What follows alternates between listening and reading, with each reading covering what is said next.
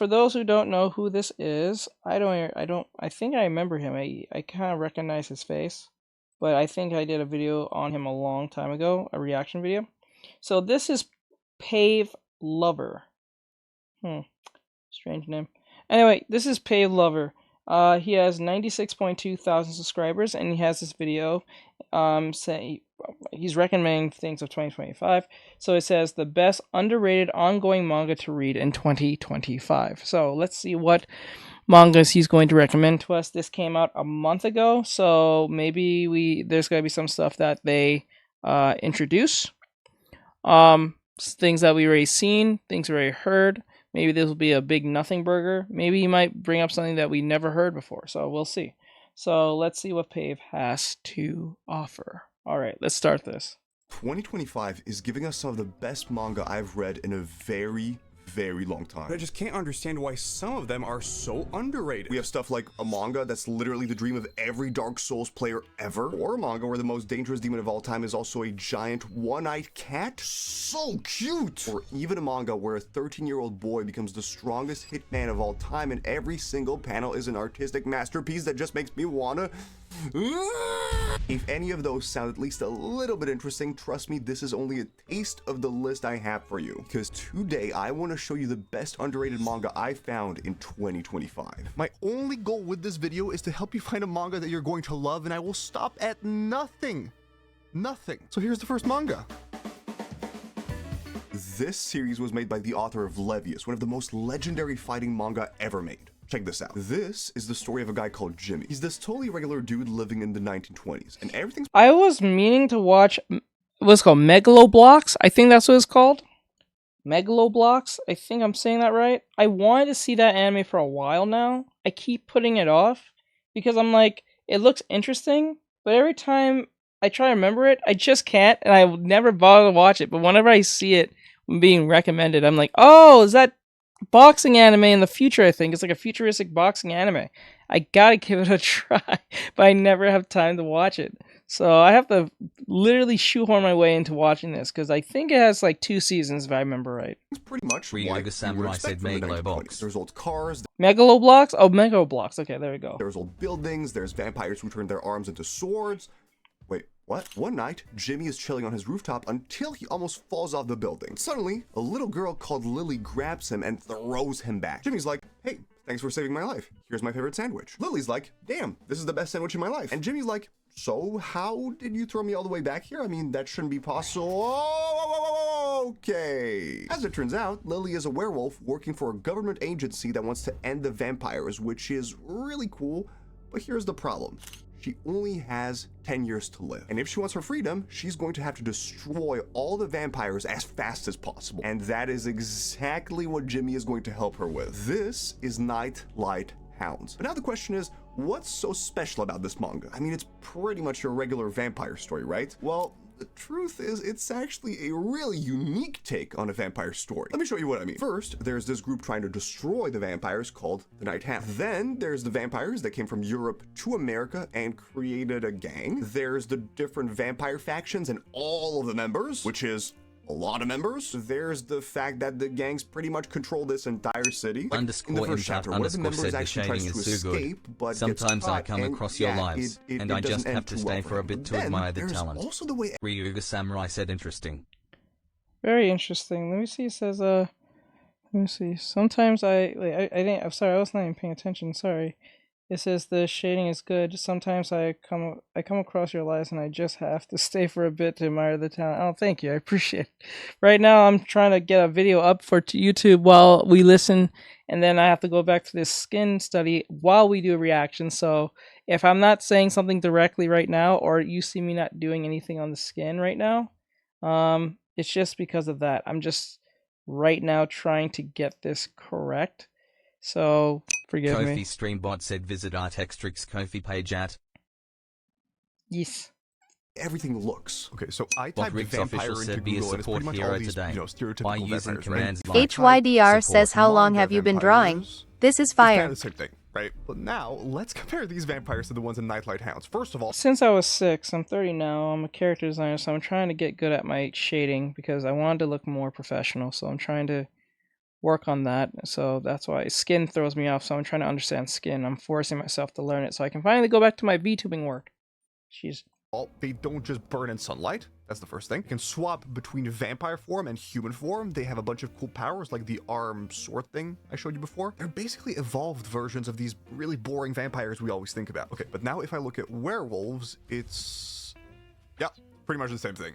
Almost every werewolf here is just a wolf walking on 2 legs, which is just so lame. But now, check out the way Lily looks when she transforms. I mean, that looks sick. Listen, I've honestly never been a huge fan of vampires or werewolves. It's just not really my thing. But this is the first time I actually had fun while reading a vampire story. All these elements together create such an awesome atmosphere, and it genuinely makes me so mad that we barely know anything about the werewolves and vampires because I just want to know more. Another thing I love is the fact that the main character is literally just a regular dude who somehow ends up caught in a war between vampire hunters and gangs, and this changes the story pretty significantly. Like, look at this. Okay, so this is a scene where Jimmy's pretending to be part of this vampire gang while he's actually working for the gang that's hunting the vampires, right? And right now, I'm at this part where he's completely alone with the most terrifying depiction of a vampire I've ever seen in my entire life, probably. Like, you can't hear it, but I'm reading with some scary music in the background, and I'm genuinely screaming internally. Why am I doing this to myself? We need to talk about the art. One of the things that made Levius legendary is how freaking awesome it looked. And you can really see that in Nightline Hounds because the art is insane. Here are some of my favorite examples. Look at the amount of detail in these eyes. Look at how awesome this character design is. Look at how beautiful the environment is. I know I have to, like, I know I'm trying to get my video up, but I have to make comments because it's not a reaction if I don't, like, react to what he's saying. The art is amazing. It is very good. It reminds me of a little bit of Stray Dogs, if you guys know what I'm talking about. I think I can never say it right. It's called Bongo Stray Dogs. Brian will probably correct me on that, but you know exactly what I'm talking about. It kind of feels that way. And what was that one anime that reminds me of? Oh my god, it was something. It was like a vampire zombie anime horror. I forgot what it was. It's like this girl who. It's like this village who gets like sick, and the village, like the people are dying, but they're coming back as vampires or something like that in this little village, and like the main character has to figure out what's going on because they turn to like these zombie like vampire hybrids, if you know what I'm talking about. It was like and I think his samurai said Bungo Stray Dogs. Bungo Stray Dogs, there you go.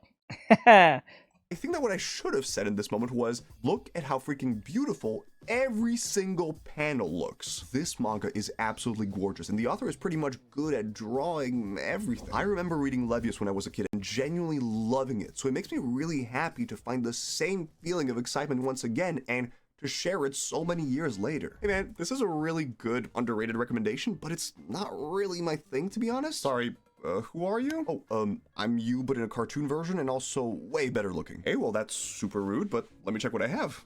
Okay, listen. Next manga on the list was actually recommended by the legendary author of JoJo's Bizarre Adventure. Have a look at that. The first thing that you need to know is that the story is set in this really dystopian version of Detroit where everything is pretty much the worst. We follow a kid called Akio, and in the first chapter of the manga, his mother sells him to a guy who turns him into one of the deadliest assassins ever, which basically means that he will never, ever, ever have a normal life. One day, he's busy doing his, assassin stuff until he meets Lynn, a blind lady who works at a local diner. But despite having a very difficult life, she is the first person who is kind to Akio. So for the first time in his life, this boy gets to know how it feels to have someone who cares about him and decides that he wants a different life. And now his objective is to save Lynn and escape with him. And that means fighting every single person who gets in his way. This is Smother Me. But here's the question. What makes this manga so good that one of the best authors of all time thinks you should read it? First, this sounds so familiar to me, it's not even funny. Why does that sound so familiar to me? Like from another anime. Maybe even a movie. Why does that remind me of something? reason is probably most definitely the art style. Let me show you. Okay, so right now there's this moment where Akio is fighting and he turns around after absolutely obliterating these two dudes. And the thing that really stands out to me is that his face is completely covered in shadows. I honestly think that if this moment was drawn in a more, realistic style like Berserk, One Punch Man, Vagabond, whatever, it wouldn't hit as hard. And I'm obviously not saying that this is better, okay? But what I am saying is that it's different in a way that just works. And you know what? As a gift from me to you, here are some of my favorite panels in this manga. Listen, I've read a lot of manga and I've never seen anything like this. It doesn't just look pretty, the art style actually fits the story super well. The action scenes also look incredible. Okay, so I'm at this part where there's a fight between Akio and this dude called Elephant, and both of them have completely different strengths, right? Akio's super fast, but he has a very fragile body, whereas Elephant is slower, but he can kind of one-shot anyone. And I think you need to see this. Dude, every single panel in this fight is an instant banger. I've read so many action manga and seen so many different crazy weapons, but I've never seen a character use wire before, which is just such a shame because it looks so cool. And yeah, I just showed you one of my favorite fights in this series, but the truth is Big lie. He's capping.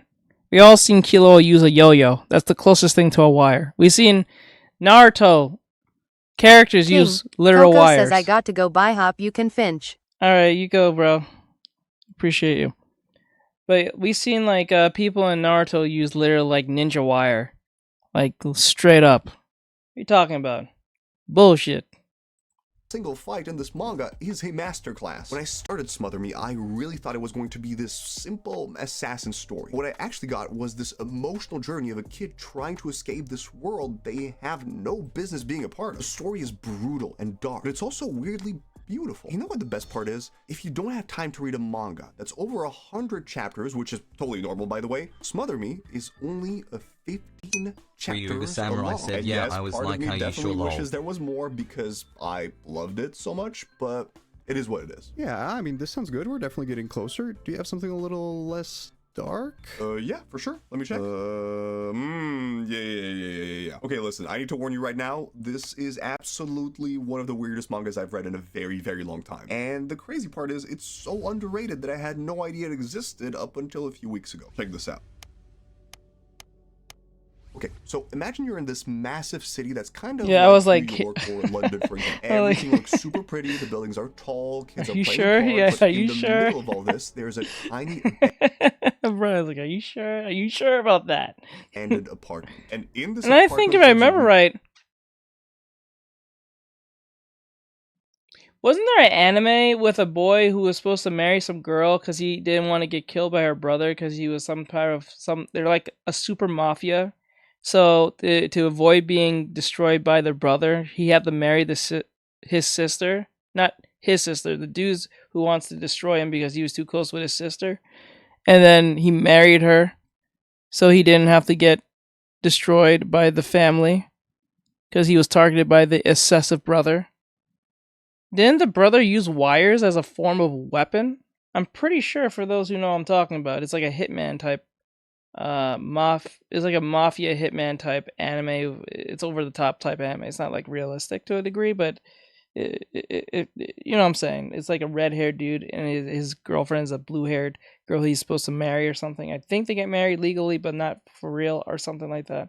I was supposed to finish it. I think I watched the first like 3 episodes of it. I forgot what it's called. Group of 3 famished children who have absolutely nothing. One day, their neighbor decides that for some reason it would be a really good idea to summon a demon whose only purpose is to eat everything. And I genuinely mean everything. This monster is called Yatara, and the problem is that children just happen to be its favorite meal. So it easily finds the group, and right as it's about to feast, it gets this absolutely insane idea. Instead of eating them in this state, it's going to take good care of them until they're healthier. This is Yatara, and it doesn't necessarily sound like the craziest story, but trust me, making the demon the main character is actually such a cool idea for a few reasons. For example, there's a narrator for Yatara's thoughts, and I usually hate narrators because I'd rather see what's happening instead of someone actually explaining it to me. But in this manga, we know exactly what terrible things Yatara is thinking while the children are absolutely clueless, and that makes everything way scarier. Like, there's this scene where Yatara is thinking about the best way to eat them while the kids are just chilling there. There are also some genuinely absurd moments like this scene where Yatara destroys the top floor of an entire building and steals billions just to take care of these kids. It eats people, it grows massive tentacles, it passes through walls, it stores endless amounts of random things in its stomach. It senses every single thing about its prey just by existing. This thing has literally never let a meal escape. For some reason, this demon also looks like something you'd want as a plushie. Like, don't tell me this isn't the cutest thing you've ever seen. Come on. Yatara is a very weird main character, but the thing that's even weirder is that it gets some decent character development. Okay, so I'm reading this part where Yatara is playing rock, paper, scissors with one of the kids, and guys, I'm kind of confused. Sometimes I feel like it just wants to eat them, sometimes I feel like it's actually getting attached to them, so now I have no idea what's happening, and I'm kind of losing my mind. Not gonna lie, I definitely wanted to see what would happen with this emotionless monster that only cares about eating. But seeing Yatara actually start caring about these kids, I don't know. I never expected to get character development for this freaking demon, and I hate to say that, but it kind of hits different. And the fact that I have no idea where this is heading is sort of my favorite thing about this manga now. Dude, this is insane, but I actually kind of like it. I feel like we're really close to something perfect right now. Yeah, I get that. It's a weird one, but you know, let me check what else I have. Okay, you know what? Just for you, I'm gonna show my favorite manga that I've recently read. This is an underrated shonen that genuinely has so much potential.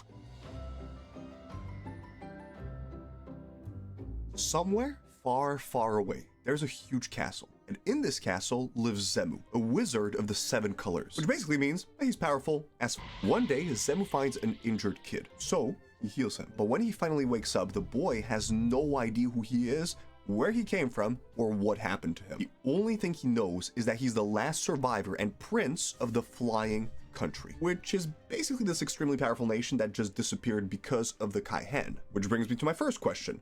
What the heck is a Kaihen? Well, the problem is that even though it's in the freaking title of the manga, everyone's answer is pretty much, which is kind of concerning because there is a literal prophecy predicting that the prince is going to destroy the entire world. But luckily, Zemu says, not on my watch. And now they're on a mission to become stronger, recover his memory, and figure out what the hell this Kaihen thing actually is. Let me tell you right now, Kaihen Wizards is the kind of manga where you're going to feel extremely lost. Every single chapter, the story just threw new information at me that made everything way more confusing. But weirdly enough, that's actually the reason this manga's world building is absolutely awesome. Let me show you what I mean. Okay, so this is the castle, right? And at some point, Zemu tells us how big it is. So, that's one of the hardest things is world building is like, and just telling a story is hard enough. World building and making it convincing to the point that you feel like you're getting what's happening or making sense of it all.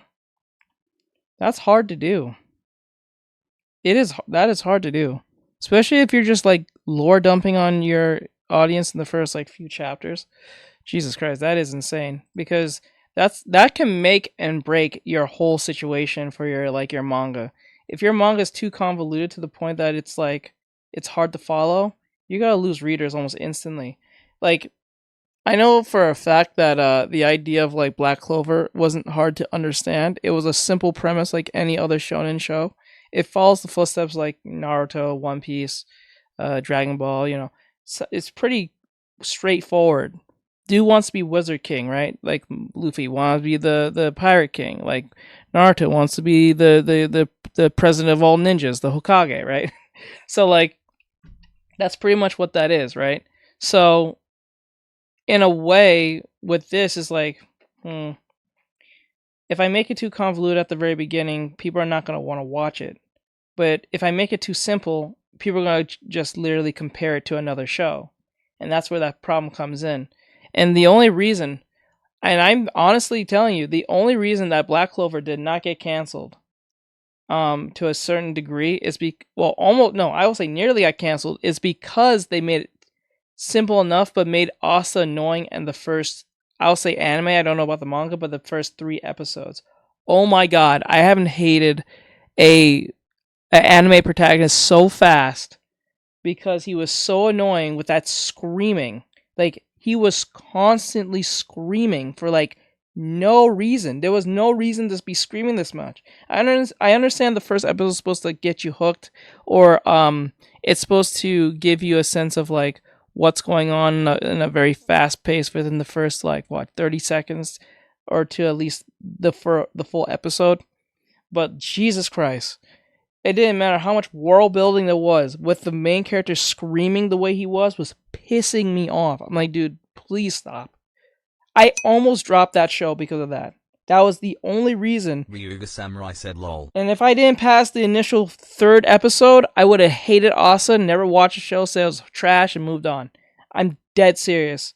But because I'm like, give it a chance, give it at least a season long. At least like 20 episodes, 10 episodes, and then you can make at least a somewhat of a reasonable, because sometimes some shows take longer to take than others, right? I think in Death Note, Light doesn't get the book till like what, the 2nd episode or the 3rd episode? I don't think it is the 1st episode, or he uses it by the 3rd or 2nd episode or something like that. So some shows are a little slower than others, per se. So, you know. Talking 101 gardens, 777 rooms, and somehow even more doors than that, which didn't really make sense to me until I saw that there were doors on the freaking ceiling for some reason. But just to kind of grasp the insanity of this place, check out what's inside some of these doors. This is the princess bedroom, and it's basically a single bed in the middle of this huge empty space. I mean, I could genuinely never sleep in a place like that. Impossible. This is a garden where you can change the season with magic. Bam, autumn. Bam, winter. Bam, spring. This is a library where the bookcases go all the way up to the ceiling, which is already kind of impressive until you realize that it's one of the smallest libraries in this entire place. Are you kidding me? And this is a room full of doors. Okay, they're not all good, okay? And it's not just the environments. No.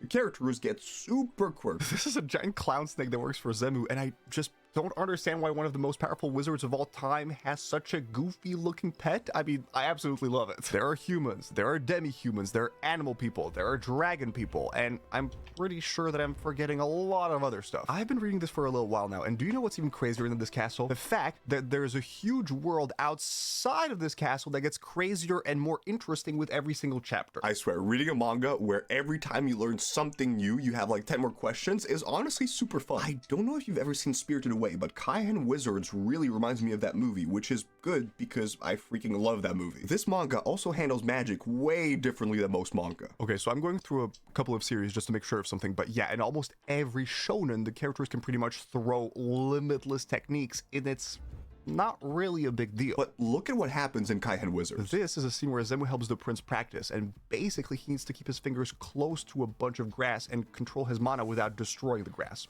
Pretty simple. Zemu makes it very clear that he should not be practicing anywhere else but this training field, even if it is super simple. We later discover that people who have the ability to use mana are super rare, and even something as simple as a wizard taking on an apprentice is a massive deal. Sure, there are a couple of really cool spells here and there, like this lady that can basically hide anywhere, or the main character who can basically use the Sharingan. I'm sorry, there is no way this is not. That's not what makes the power system good. To me, it's the fact that this manga treats magic like this really dangerous thing, which is super refreshing and unique. I'm not gonna lie, I had no idea who the author was before this, which is kind of crazy because apparently they've been drawing manga for over 20 years, and it really shows because the art looks stunning. But instead of telling you, let me prove it to you. There's this thing that the author does with shadows around the main character's eyes. Can you see how terrifying this looks? Okay, now look at this panel and tell me it doesn't go hard. You're lying. You're lying. I mean, in general, the design of these characters is pretty awesome. I mean, I'd say my favorite is definitely Zemu because it's a huge win for characters with green hair. Finally, again, let's go. The author can draw literally anything. Characters, powers, environments, weird creatures, they all look so good. Dude, I'm telling you, we're so close. We're so close to the perfect manga. Okay, you know what? I didn't want to do this, but I have one more idea. This manga is not even on my list. It was written by the author of the legendary manga Blame, and it's easily one of the most underrated things I've seen in years. So, imagine you live in this medieval kingdom where an evil sorcerer destroys the king, takes his place, steals the princess, and puts her on the highest floor of this massive tower that's absolutely packed with the most intense magical creatures. And every single person who tries to save her gets absolutely annihilated. And that's where you come in. Your name is Yuva. You're a regular guy, you're chilling, you're helping out on the farm by feeding these goddamn weird alien chickens. But then, why is bro saying this like we're playing a video game, like we're playing fucking Elden Ring? What the hell? or demon souls. Then they choose you to save the princess, and of course, you do the most logic and intelligent thing. You show up with nothing but a helmet and a shield.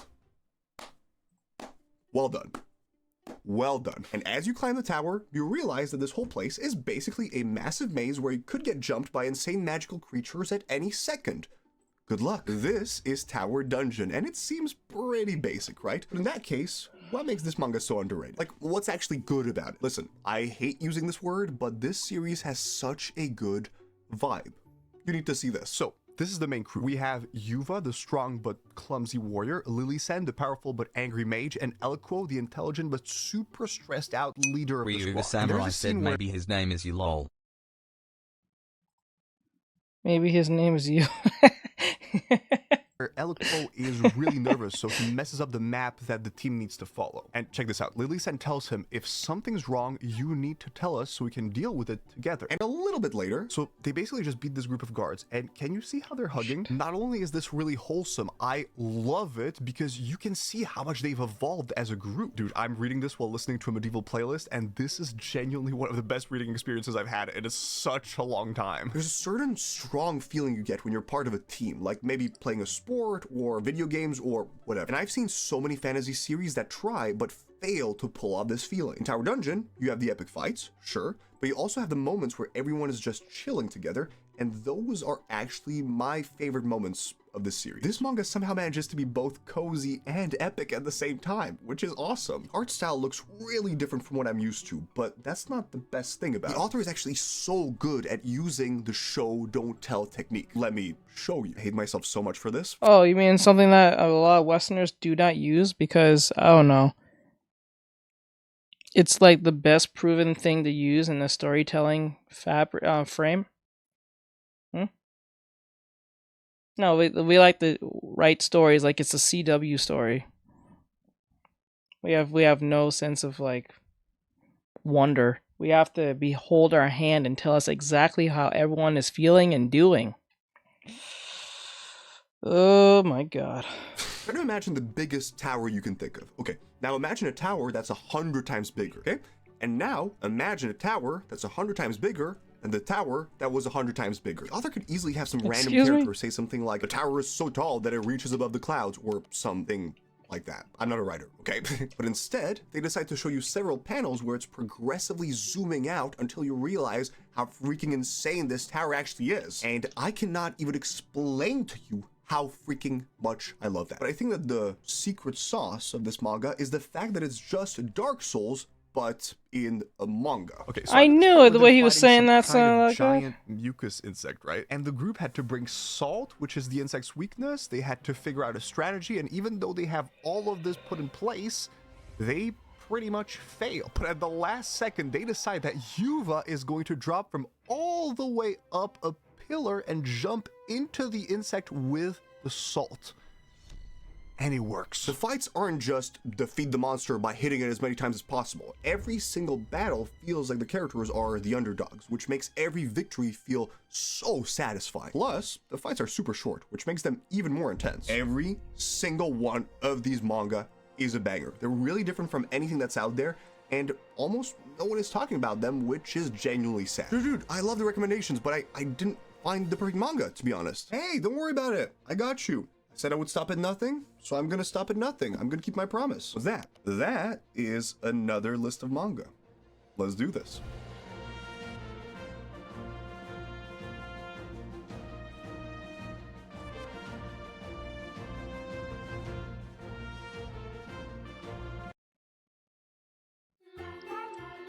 Okay, so that was Pave. That's his name, Pave. If I'm saying it right. I hope I'm saying that right. Pave Lover. Still a strange name. Not gonna lie. Give him a follow, like, share, follow, and comment to him. I hope you guys enjoyed his recommendations. I think it was a bit over the top on my behalf, but then again, that's just me. But I think he did a great job. So with that said, I'll see you guys in the next one and all that great stuff. And give him a follow. I'll put his stuff in descriptions and all that great stuff. Thank you. See you guys in the next one.